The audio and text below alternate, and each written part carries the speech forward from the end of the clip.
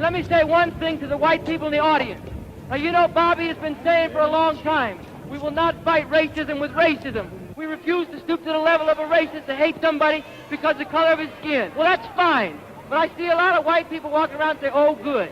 Now the Black Panther Party don't hate me. I can go on about my business.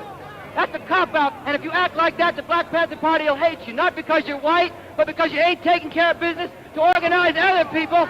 Teach them the need to support the black liberation movement led by the Black Panther Party as a strong, fearless voice against American imperialism, and to link up with all the people in Vietnam, in China, in Angola, in Latin America, and everywhere else who are standing shoulder to shoulder to drive this vicious beast out of the way and out of the pages of history.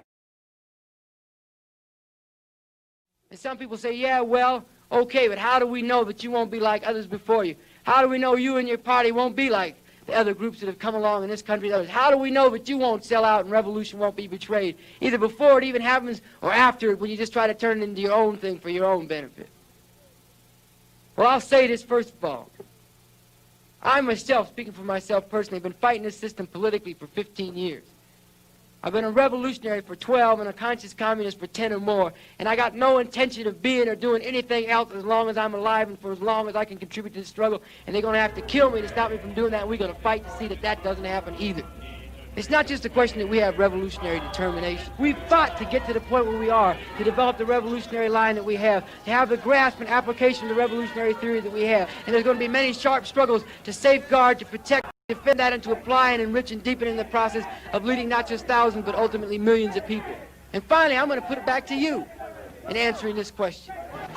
If you want this party to remain on the revolutionary road, if you want this party to continue to be a sharp weapon of the working class and oppressed people for revolution and not turn into another dagger in the people's back, if you want that to happen, then you got a role to play in that. Because if you want to be emancipated, you're going to have to emancipate yourself. Ain't no saviors coming from heaven. Ain't no pope going to do it for you. Goddamn Secretary drowning Kennedy ain't going to do it either. We're going to have to emancipate ourselves if we want to be emancipated, and that's the only way it can be done anyway.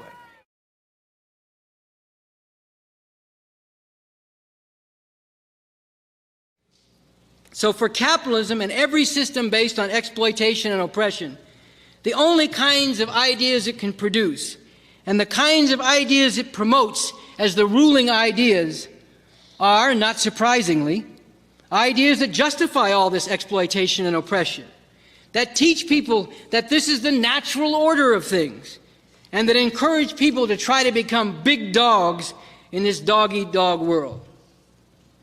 If this kind of world, this kind of system, if this were all that is possible, that'd be one thing. And you see people, even those who are brutally oppressed under this system, as long as they believe this is the only kind of world that's possible, you see them going along with this all the time. I got to get mine. I got to get what I can get within this. It's time to get yours. This reminds me of the story of the prisons in California, and in particular what was called the Corcoran Shoe, where the guards there would take prisoners and they'd tell them stories about each other, get them angry at each other, and they'd literally put them in pens like in the old Roman Colosseum, and they'd let them out of the pens and they'd come in and start fighting with each other, sometimes to the death.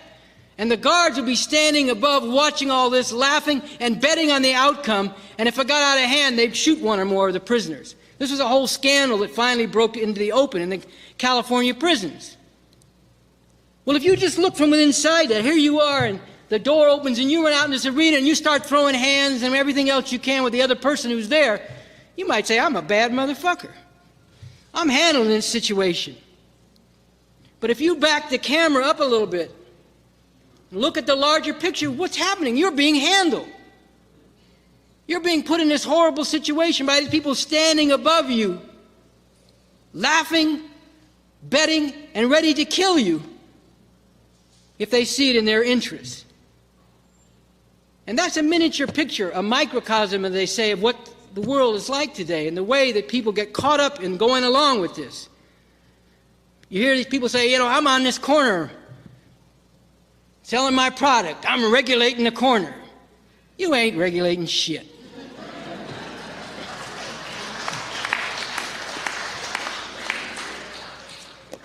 You're just being regulated. You're just being put there and allowed to be there as long as what you're doing serves the people who really regulate things, who really run this system, for as long as it serves them or doesn't get in their way. You hear people say, sometimes they get caught up in all this stuff about the hood. This is our hood. Can't nobody come in here and take over our hood. This is not your hood. You don't own this. You don't run it. You don't control it. The people who own it and run it and control it are just using you. They're just letting you be played like this and carry on with all this foolishness and dangerous stuff, killing each other off because it serves their interests. While they're keeping you in these miserable conditions, not really different than the prisoners in the Corcoran shoe. It makes me think of a situation where you walk into a scene where there's a man got a gun in one hand and a big club in the other, and he's got everybody lined up. And he goes down the line breaking everybody's legs. And somebody jumps up and says, all right then, I'm going to be the baddest broke-leg motherfucker there is. Something's wrong here.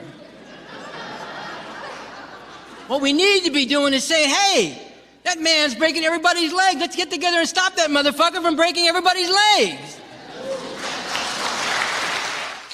Now, I understand how people try to make the best of their circumstances. They say, you didn't give me nothing else, you didn't leave me nothing else, so I'm going to take this, and at least this way I can get some respect before I go out.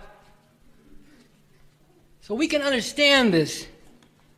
But again, let's step back and look at the larger picture, the larger world. Because we, the masses of people, are capable of much greater things than this. We are capable of completely and radically changing our circumstances, changing all of society to get rid of circumstances like these. What happens in the world affects us, and we can affect the world. And when all is said and done, we can change the whole world together with people like us all over the world.